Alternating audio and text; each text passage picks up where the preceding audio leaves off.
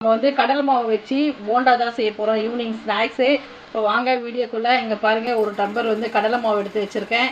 ஒரு முட்டை, உப்பு, தண்ணி, ஒரு வெங்காயம், ஒரு பச்சை மிளகா, கொஞ்சம் கருவேப்பிலை, புதினா இலை கொஞ்சம் கட் பண்ணி வச்சுருக்கோம் ஃப்ரெண்ட்ஸ். இங்கே பாருங்கள், எண்ணெய் வந்து சூடாகிட்டு இருக்கு. நம்ம மாவு வந்து மிக்ஸ் பண்ணிக்கலாம்.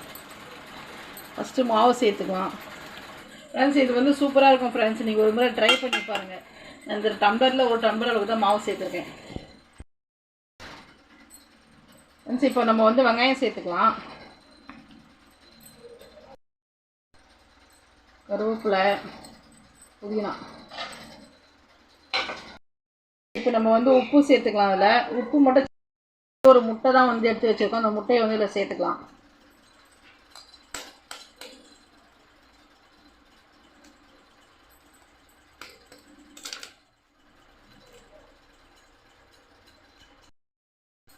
ஃப்ரெண்ட்ஸ் இங்கே பாருங்கள், முட்டையை வந்து இதில் உடச்சாச்சு. இப்போ நல்லா வந்து நம்ம மாவை மிக்ஸ் பண்ணிக்கலாம். சூப்பராக இருக்கும் ஃப்ரெண்ட்ஸ் இந்த போண்டா. ஃப்ரெண்ட்ஸ் இங்கே பாருங்கள், சூடு பண்ணி வச்சுருக்கு. நம்ம எண்ணெய் ஒரு ஸ்பூன் அளவுக்கு சேர்த்துக்கலாம். சேர்த்து நம்ம இன்னும் தண்ணி எதுவும் சேர்க்கலைங்க, நல்லா மிக்ஸ் பண்ணிக்கலாம். நம்ம நல்லா சாஃப்டாக இருக்கும் ஃப்ரெண்ட்ஸ் இந்த போண்டா. தண்ணி வந்து தொளிச்சு ஊற்றிக்கோங்க, மொத்தமும் சேர்க்காதீங்க.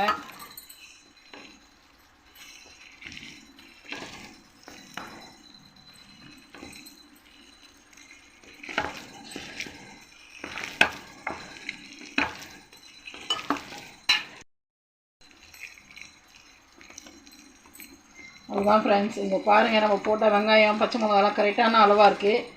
ஒரு டம்ளர் மாவுக்கு. எண்ணெயும் வந்து ஹீட் ஆகிட்டுருக்கு. மாவு வந்து இந்த பக்குவத்தில் இருக்கணும். உப்பு வந்து ஒன்று போட்டுட்டு கூட செக் பண்ணிக்கோங்க, அதுக்கப்புறம் மற்றதெல்லாம் சேர்த்துக்கலாம். போட்டுடலாம்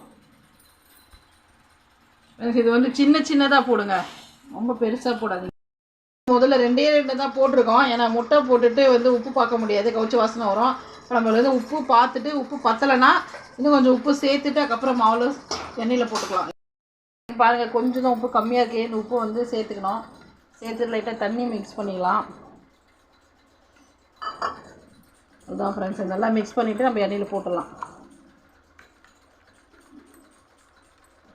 உங்களுக்கு முட்டையே இப்போ சேர்த்துட்டு உப்பு பார்க்க இஷ்டம் இருக்குதுன்னா நீங்கள் அப்படியே கூட பார்த்துக்கலாம். இப்போ நம்ம வந்து எண்ணெயில் சேர்த்துக்கலாங்க.